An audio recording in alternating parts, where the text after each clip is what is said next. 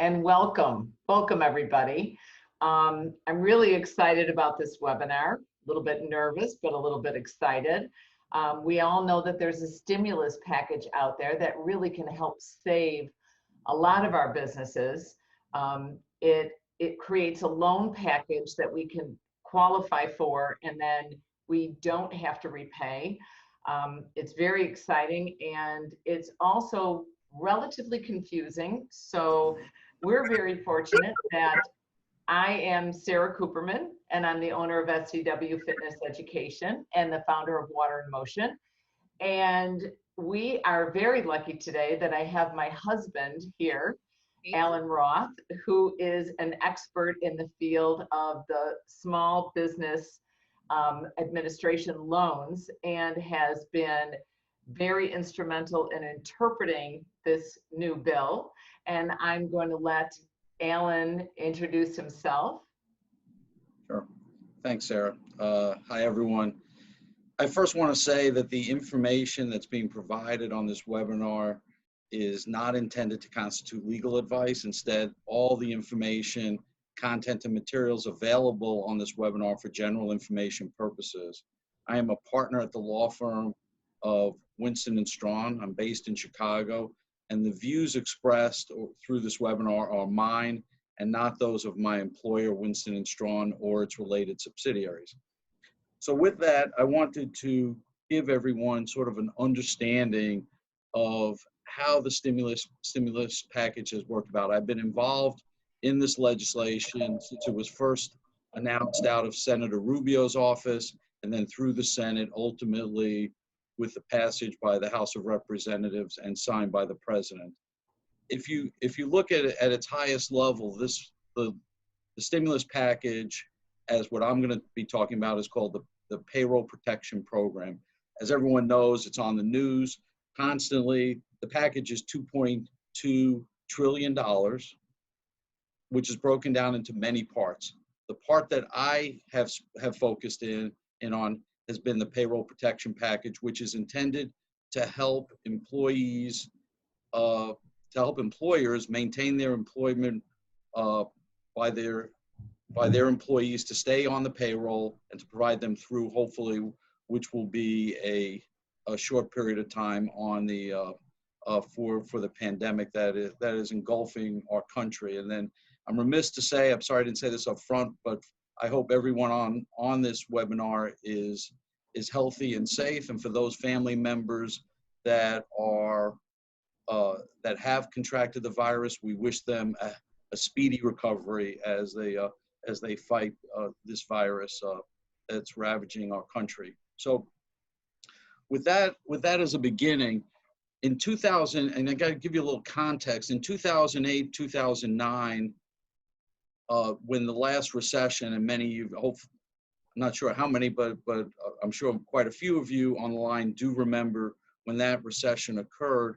One of the issues that occurred was that there was a tremendous movement off the workforce into government aid. And after the recession ended, one of the criticisms of the program, of how the government handled the recession, was that they didn't provide enough stimulus to businesses to keep people on the payroll. And in the long run, that resulted in quite a bit of cost to the government in terms of government aid for those that left the workforce and never came back onto the workforce. So I think what Alan is trying to express here is that in 2007, there was a very strong recession, and a lot of people ended up on unemployment. And unfortunately, those people that ended up on unemployment never got off unemployment. And it was very costly to the government. So the government has reviewed that situation very closely. And what they ended up deciding to do was actually go in and try to prevent this unemployment from happening in the first place. And what the government thinks, or this is my understanding, based upon the many discussions I've had with my husband, is that they feel that if they prevent the unemployment now, provide small businesses and independent contractors funds to make it through the next couple of months when we're hit more strongly by this forced social isolation and these forced closing of businesses, specifically for us, the fitness industry. If they can prevent us from having to let people go and have them go on unemployment and give us the funds to keep our businesses running for the next couple months until at least we can get over this, that we can pay our staff, pay our employees, and hopefully they then will not go on unemployment. Alan, do I have that correct? Yes. So what was done was that the government is providing a subsidy or in essence a grant to employers to allow them to continue to employ their staff during the period when the loan starts for a period of 2 months. And the way the government did this, they came about and they said we could create a whole new program, but that in the government is a difficult process.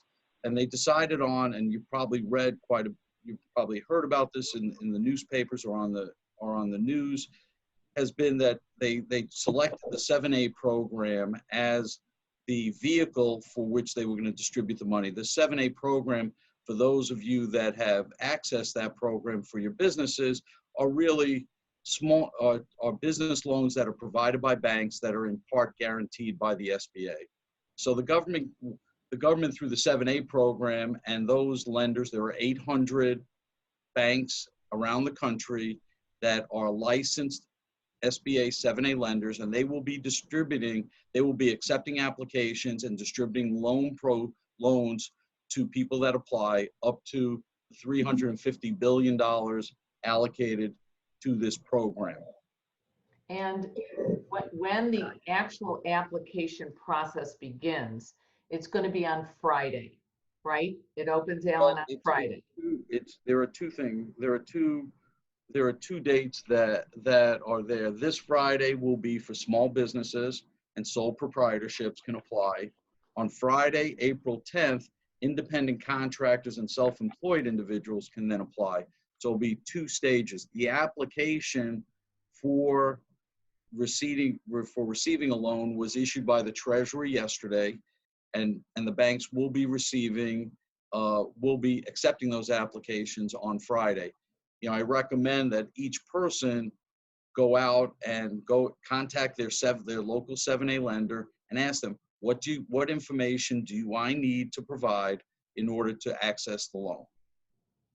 And that's what we're going to discuss here. After the webinar is over, it's probably only going to go 45 minutes. We have created a website, a landing page that includes all your application documents along with information from a bank on how to do this. And Alan's been kind enough to put together through his law firm an Excel chart that will help you compile and collect all the information you need. So what was very important to us as small business owners, as club owners or studio owners, because I know we have a large number of them, is how do they apply? And one of the first things that you need to apply as a small business is you have to have under 500 employees. So that's one of the first criteria that needs to be met. And then we need to look at what amount we can apply for. How do we figure out that application amount? And then there's a separate discussion on how the government will decide what we don't have to repay. So what the forgiveness amount is. So if we look at small businesses, we're going to not talk about independent contractors yet, but the small businesses that have under 500 employees, for their application process, what is the amount they can apply for, and what does the stimulus package, what are the criteria that the stimulus package requires? So for health clubs and even health club chains, the maximum amount of number of employees for this program is, as Sarah had said, is 500 employees. There are a variety of different rules that you have to look at to determine whether you're eligible, particularly if you have outside investors that have other business interests. But assuming you have less than 500 employees and you don't have those types of owners, what the first thing you do in the process is determine how much of a loan can you receive. And the amount of the loan that you can receive is 2.5 times your average monthly 12-month payroll.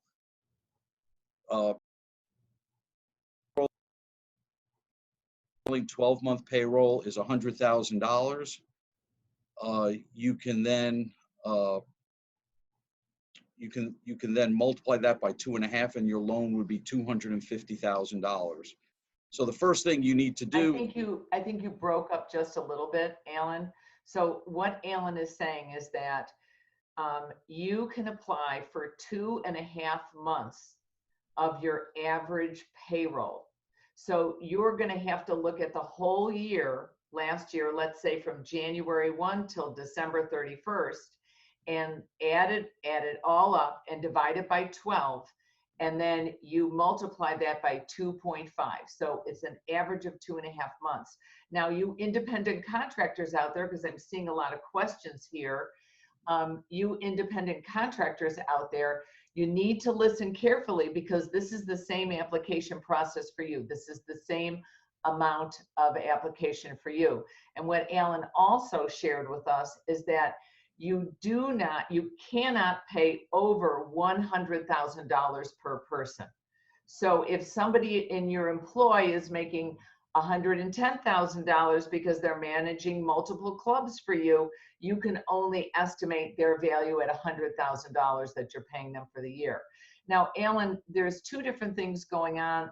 Do you start that 12-month period as soon as you get the loan, or do you start the 12-month analysis from January 1 to December 31st of 2019?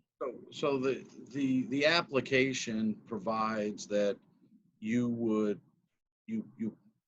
that 12 months of 2019 would be the base, and that's where they expect most of the applications to come in using that period of time. However, you're also permitted to go back the last 12 months, and so that if your payroll is higher for the period of 4/1/19 through 3/31/20, you can use that 12-month period and determine your average. So the first thing you do is you figure out it's 2.5 times your payroll. The maximum loan amount is $10 million. So that's a very large amount. So most businesses that will qualify will be at the 2.5 times average monthly payroll. Once you have figured out what your payroll is, what can you do? How can you use those proceeds? And the proceeds can be used for very specific purposes. You can use it for payroll. You can use it for group health care benefits and insurance premiums, mortgage interest and rent, utilities, and interest on debt that existed as of 2/15/2020. So think about what this is for. You're able to use your average payroll to pay your payroll costs plus some additional costs. What the government has said that it is unlikely that more than 25% of the loan, and I'll get to the forgiveness, that the loan forgiveness can be used for things other than payroll. So the interesting part of this whole process is that the government is going to allow you, through looking at a measuring period, which I'll discuss in a minute, will forgive the amount that you owe, and then you'll have to pay back any balance that is left after the forgiveness. So let me go to how the forgiveness works. And I'm just going to jump in here. I'm seeing a lot of the feed coming through, and I'm seeing a lot of the people are saying, I'm an independent contractor, so please listen to all this. I'm seeing a husband and wife team that own a business, and they're the only employees. So you take your husband and your wife salaries, and that's your payroll. Now, what Alan has been describing is this is the amount of loan you can apply for. You can only apply for 2.5 months your salary. Now, I'm going to jump in a little bit and talk about the forgiveness, which means I'm getting this money. This is fantastic. I have to apply for it. I go to a bank. I go to there in most of the banks, the large chains are all approved lenders. You go in, there's 5 documents that we've attached to this webinar landing page. After you conclude, we'll give you the website. And after you fill out those forms, you go to the bank, you're going to get your money, the 2.5 months of the salaries. All right. Then what are you going to be forgiven at the end of the 2 months? So what you're going to be forgiven at the end of the 2 months is that amount that you borrowed, but it only can be applied specifically. The government is going to go back and you're going to have to document what you paid in salaries, what you paid, Alan listed them out, what you paid in rent, what you paid or in mortgage, what you paid for your utilities, your water, your heat, your electricity. And I believe you can also include, is insurance included in there, Alan? Insurance is not included. You can include internet. The one thing I didn't mention for those that are in the nonprofit world, that this is the first time a government program like this has been available. It's also for nonprofits. The whole idea of this is so think about the metric of how this is all put together. The government is giving you a loan based on 2.5 months of your payroll. They're saying, we want you to spend that money in 2 months. So they're saying that you'll cover 2 months of payroll, and then a half a month of payroll can cover your interest, utilities, rent, or mortgage interest, not principal repayment. Or what the government truly prefers is that you hire more people, and your payroll costs go up.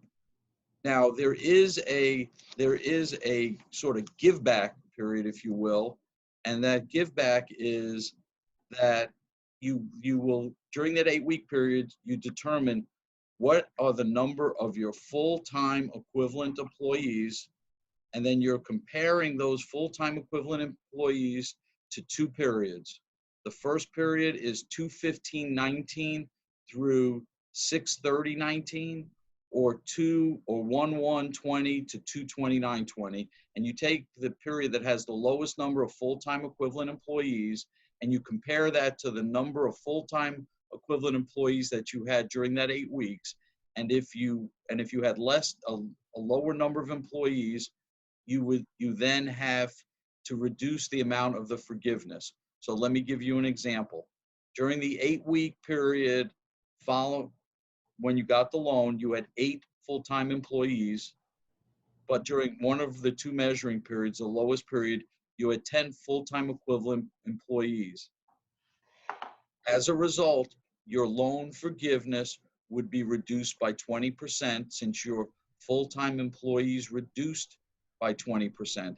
However, there is a makeup that if you hire another full-time employee before June 30th, 2020, that is deemed as if you had hired that person during the 8-week period, and they are counted towards the full-time employee test. Now, Alan, I'm getting a lot of questions on the feed, and if anybody on the webinar finds the chat distracting, they can scoot their mouse all the way up to the upper right corner and just X it out if you'd like to, and just focus on the webinar. If you want to share a question or a comment, obviously we have turned off the cameras, and we have also turned off muted everybody who's on the webinar, just because there are so many questions. You can move your mouse and you can see the green button that says share your screen. You can scoot over to the right of that. It looks like a message box, which it is, and it says chat, and you can type in there.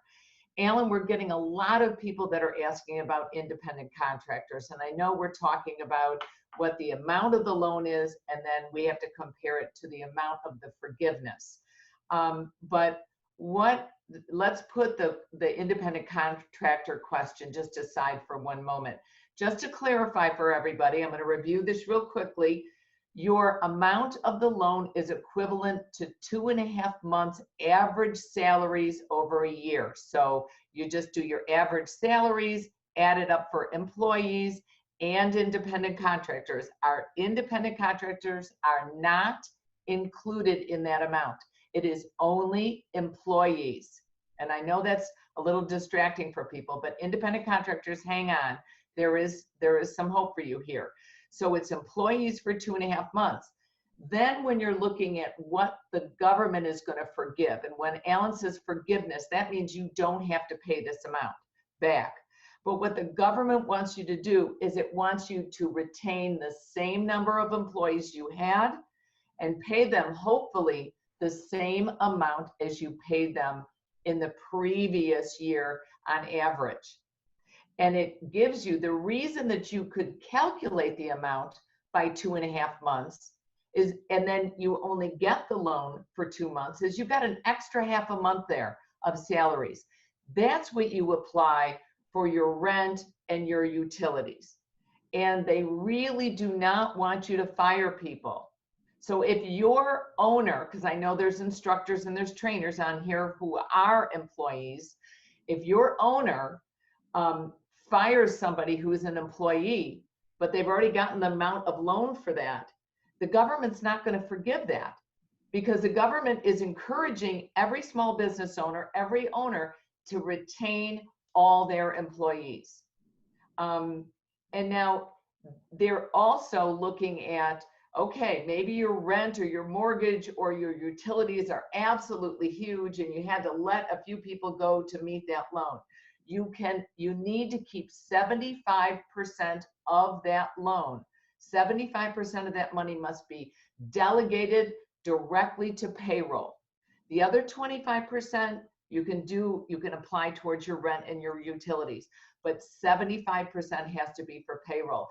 And the government wants you to document this, and you're going to have to supply your tax, what you paid in taxes, etc. And we've got the information you'll need to collect to document that that you have made this payroll to get the amount of the loan. And then you're also going to have to document for that 2 months and to get the forgiveness or not have to repay that part of the loan. Now, Alan, how do independent contractors fit in with all independent contractors, that's self-employed income, and independent contractors will apply themselves, and basically, depending on whether you, just on the simplest basis, you take 2.5 months of your earnings and you can borrow that amount, your earnings for last year for self-employment.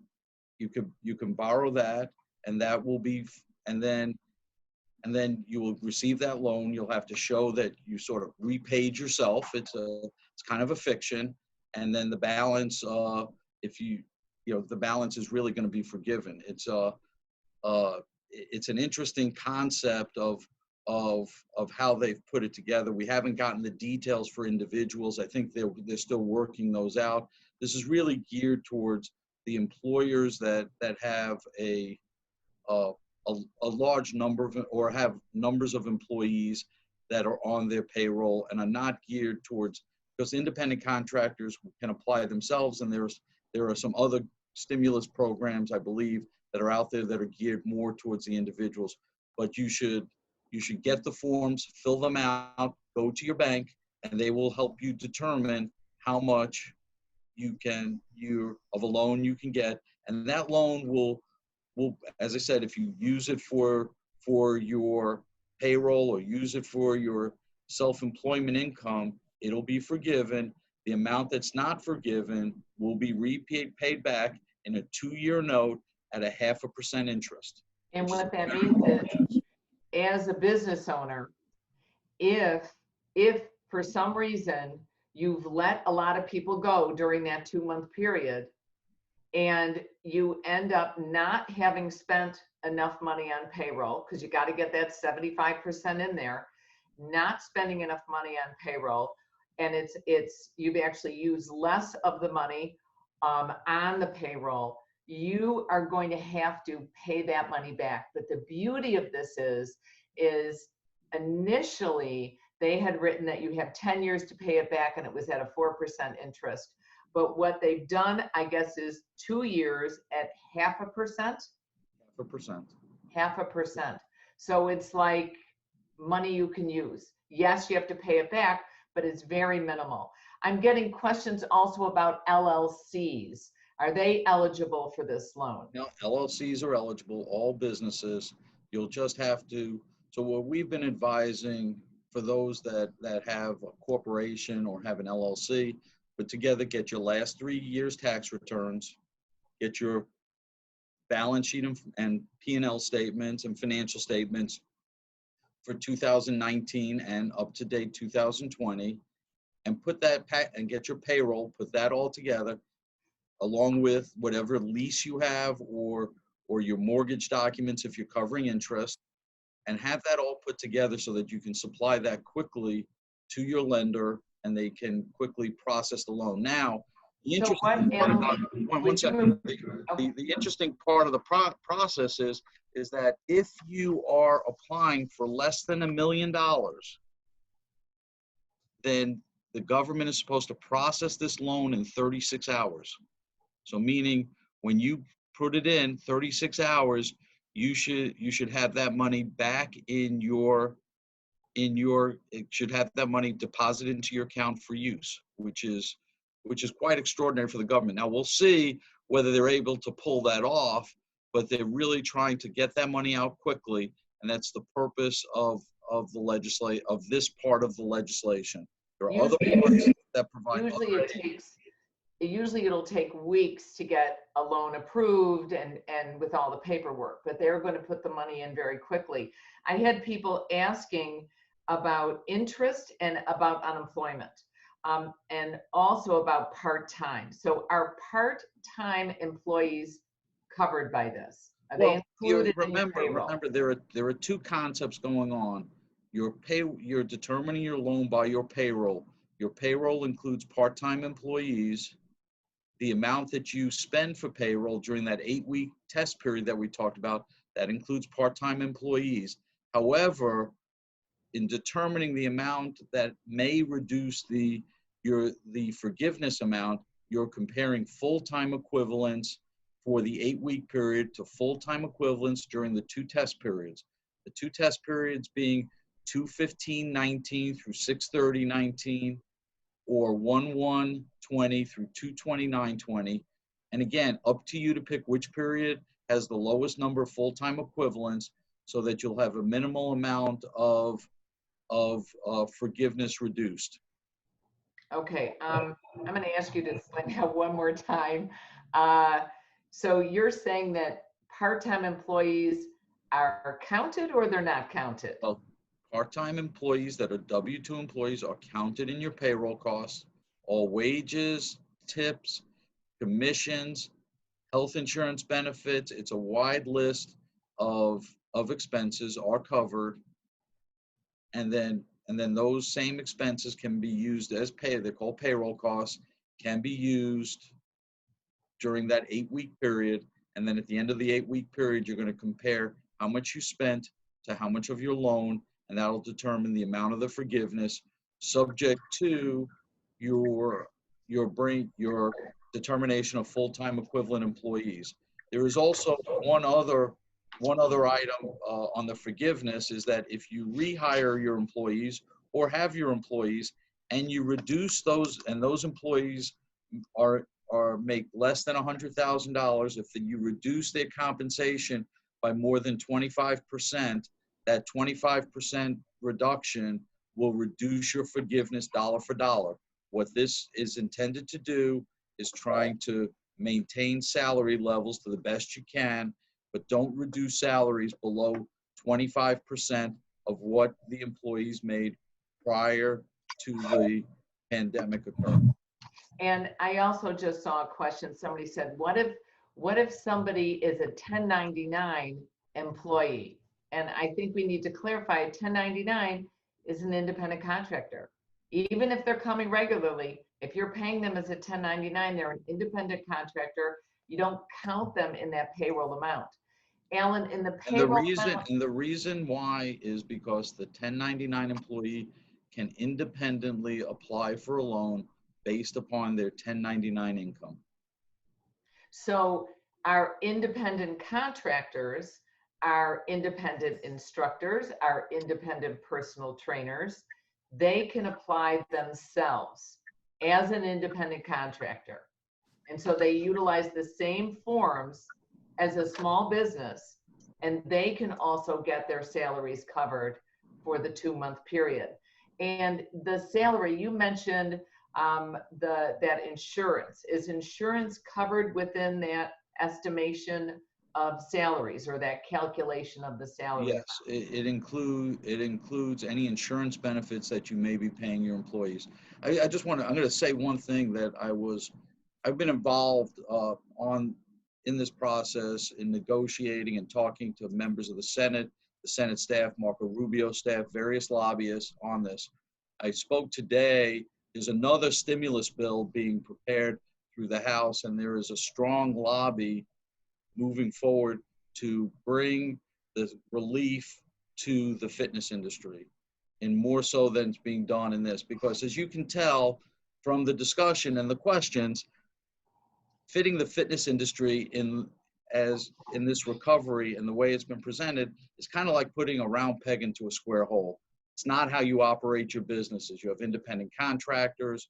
You do things a little bit differently than perhaps a large gym or a restaurant or a corporation. It's just, and so there is a strong lobby moving forward with Senator Schumer and a few others to bring a stimulus package for the fitness industry. There was not a good lobbying effort by the fitness industry when this was coming about. There was a very strong lobbying group for the restaurant business, restaurant and hotel business. And if you'll read various articles, restaurants and hotels are well situated in this part of the stimulus package. So the bad news is I think you're all scratching, many of you are scratching your heads trying to figure out, how does this work? I don't get it. It doesn't really fit to my business. Good news is there may be something coming up soon behind that to help the fitness industry, weather this storm. And that's because so much of our businesses, so much of our fitness business relies on, we've got to pay rent, we've got to pay overhead. Maybe I'm paying myself as an employee, but all my staff are all independent contractors. And that actually has a very similar status to what's going on with restaurants. And the government has made a different interpretation for restaurants and has been a little bit more lenient with, are they allowing the independent contractors to come under this employee calculation? Do you know what's going on with restaurants? No, that the restaurants are treated the same way. There's more flexibility on which restaurants and how that's they tailored the legislation for how restaurants run, and that's what needs to be done for the fitness industry. They need to tailor to the fitness industry. I also want to mention one other government program that is also available. There is something called the SBA Disaster Loan Program, and that's a little bit different. And I'm going to give you sort of the highlights of that. And that is you're not going to a bank. You're going onto the SBA's website, and if you type in SBA Disaster Loan, it'll take you to the page, and you can apply online for a disaster loan. And a disaster loan it's really a loan that was used for when there was a hurricane, a flood, or tornado. It's something called the Economic Impact Disaster Loan Program, the EIDL. You can apply for that if you're a small studio and you don't have employees. You can apply for it, and they have billions. They have $50 to $75 to $100 billion available. You're going to say, well, well, why didn't you say that? That seems like a better program for me. I don't have to worry about employees. There's a couple of caveats on this. The first is that that you have to personally guarantee it's not a forgiveness. You have to personally guarantee the repayment of the loan. The second part is if you own a home or you have collateral, you have to provide that as security for the loan unless the loan is less than $200,000. And in addition, the loan is used for working capital, so it can be used for a number of different items. It's a repayment. It can be anywhere repaid from 10 to 30 years at a 3.75% interest. So you can look at that as it's not necessarily an alternative. If you were to get that loan, you can also apply for payroll protection program loan and get both loans. So go to the SBA's website for disaster loans and look into those details, and that may fit your business a little bit better than perhaps this program, which is really geared towards payroll and keeping employees employed. So it may be something that's also maybe more flexible for you, but understanding it doesn't have a forgiveness element to it. What about if somebody is paid by, I'm seeing someone is an LLC and it's a husband and wife and they essentially pay themselves through owner withdrawals. Is their income factored into the 12-month payroll? It's unclear. You need to go and talk to your bank. It's really geared towards payroll. It's not geared towards distributions as a partner. So you have to look to see what flexibility you have with your bank in the application of the program. Can you also explain, take a scenario for an independent contractor, for an independent instructor, how are they going to qualify for this loan? What documents do they need to collect to demonstrate their income? And can they go to a bank and get under this Yes, umbrella? I believe there will be more information coming, because as I said, self-employed individuals and independent contractors will be able to apply April 10th, which is a week from this Friday. The first applications are coming out this Friday, can be accepted this Friday. So you'll have to ask them, but generally they're going to look at the income you're reporting on your tax return. And that will be the amount. So it'll be sort of a subsidy equal to the amount of pay you otherwise would receive. So you'll receive the loan. I guess you'll sort of have to pay yourself and then keep those records, and that loan will be forgiven. Now, what I would do is we are going to stay on top of this. My husband and I are going to stay on top of this issue because I know that a lot of you are independent contractors. You teach at one club, you teach at I've read somebody's at a YMCA, and I saw somebody was at a country club. I've only been teaching there 2 months. Do I qualify for unemployment? This is not about unemployment. This is not about like a human resources webinar. What we're talking about is the stimulus package. If you can look back over a whole year, and if you've been an independent contractor at multiple facilities, or even going into somebody's home and doing personal training, if you've documented all the income that you've secured and you filled it out accurately on your tax forms, you keep your tax forms, and that's your documentation of what you've made. And then you go in, you figure out what you've made in that average 12-month period. You're eligible for 12 and a half months of a loan. Then you've got to document that you've been basically, as Alan said, paying yourself.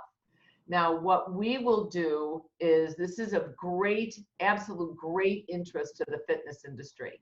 So we have another webinar that we're doing on Friday on aquatics. We have a webinar on Sunday that we're doing for personal training.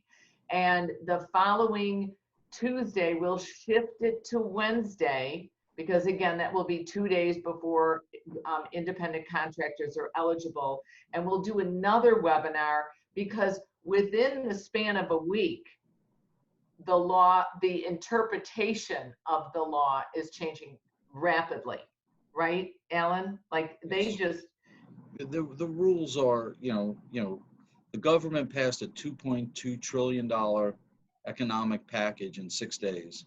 There's bound to be holes, there's bound to be inconsistencies, and they're working hard in this environment to really straighten that out and do as best they can. So it is understandable that there are questions and there are uncertainties, but we're trying to get that information out as soon as it becomes available from the government. and what you'll do is, I think I just made a mistake. Wednesday is Passover, so I think we'll get you this information on Tuesday. That'll probably be a hot topic Tuesday, and we'll be able to put something together for you then.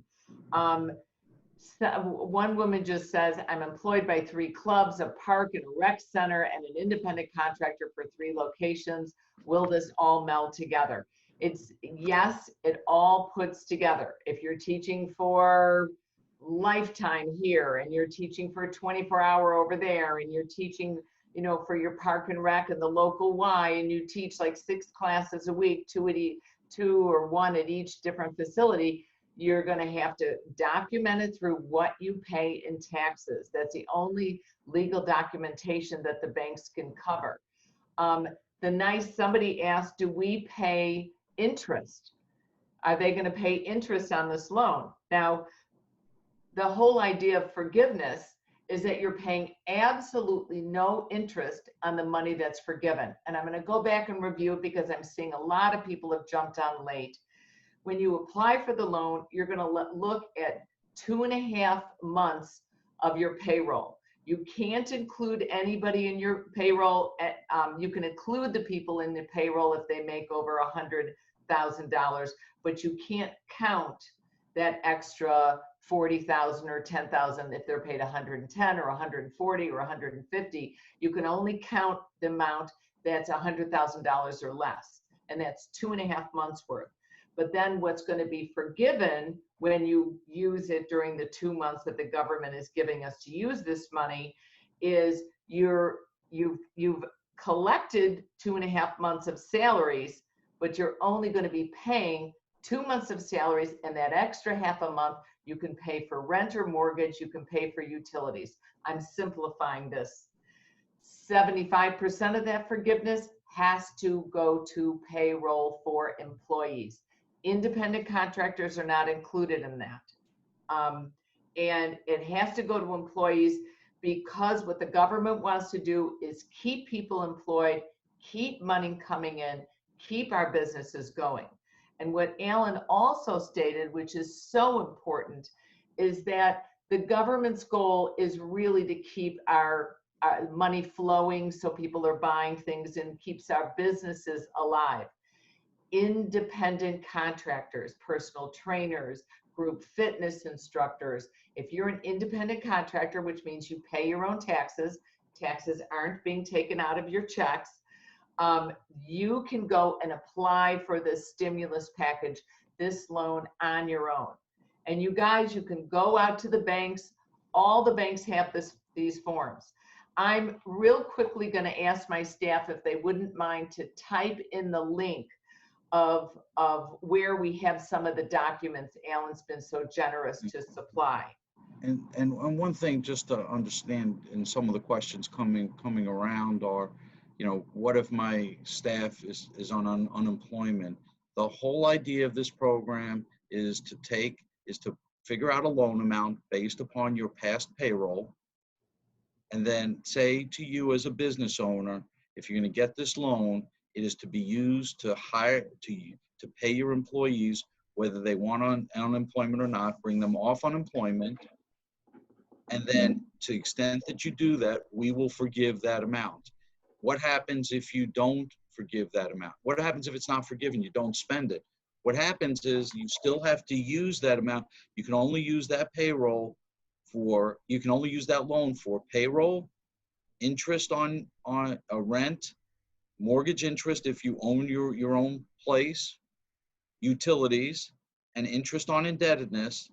But you still have to keep track of that, but you'll have to pay that loan back, the amount that's not forgiven, within 2 years at a 0.5% interest. So what happens is that amount is converted into a low interest loan that you'll have to pay back. It's like going to your bank and getting a loan, but the interest rate is very low. There's no collateral. There's no personal guarantees. If you default, then they're not going to come and take your house. They're not going to take your car. They're not going to take whatever personal property you have, but it is an obligation that you will be obligated to repay. And what Alan has emphasized also is it's first come, first serve. They will run out of money. So what we did, as I was saying, Alan's was very generous with this. We put on our website, it's scwfit.com/business. We did this CARES Act, the stimulus package. It's a top line overview, which is a quick summary of this webinar, just in written form, so you can highlight it, circle things.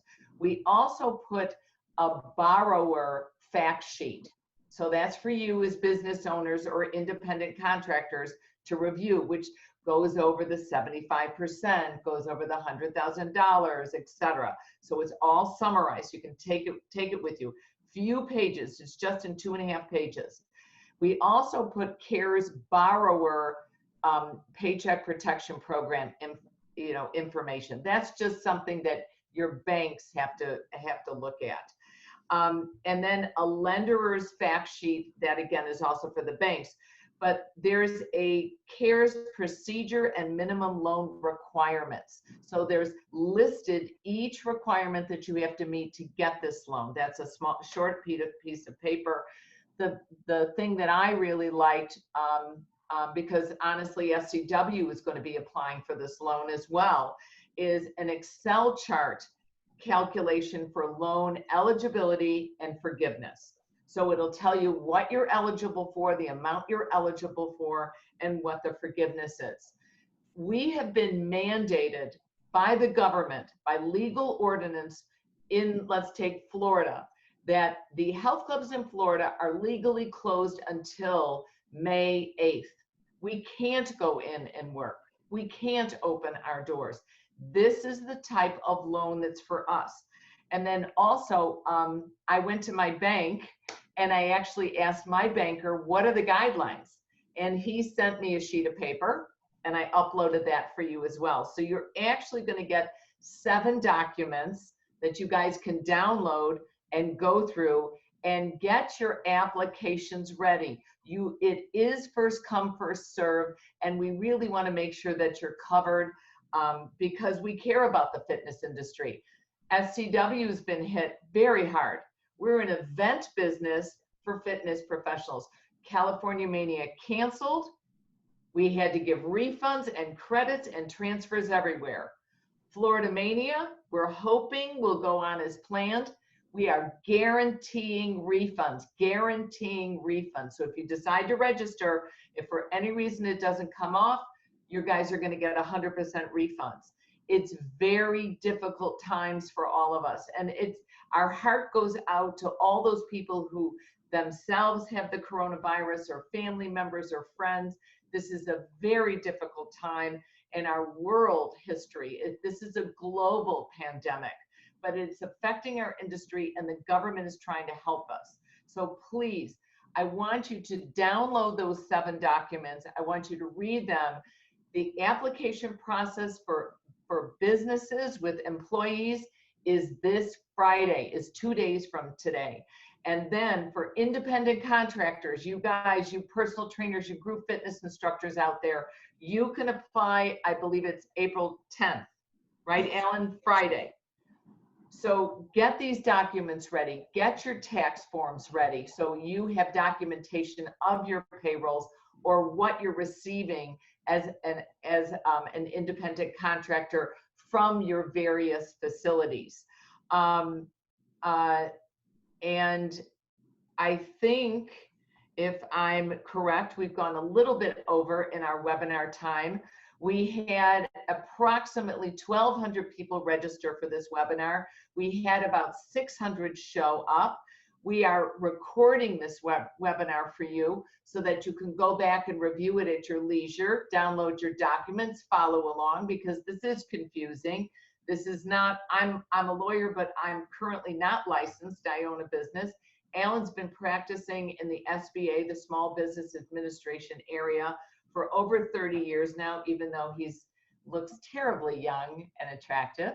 And he's able to share his expertise. And I feel very good that at least I have a base understanding of all this, and we at SCW wanted to share this with you. So we really appreciate you coming. Somebody actually even said, Alan is hot. That's really nice, guys, really professional. So I thank you all for joining us.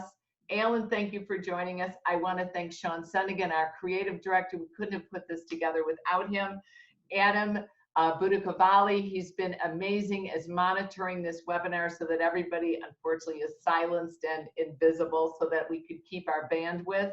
Again, we wish you well. Alan, do you have any closing remarks for us? No, I think it apply soon. There is discussion in Washington about extending and increasing it, but again, everyone reads about what happens in politics. You just never know. So there's money there.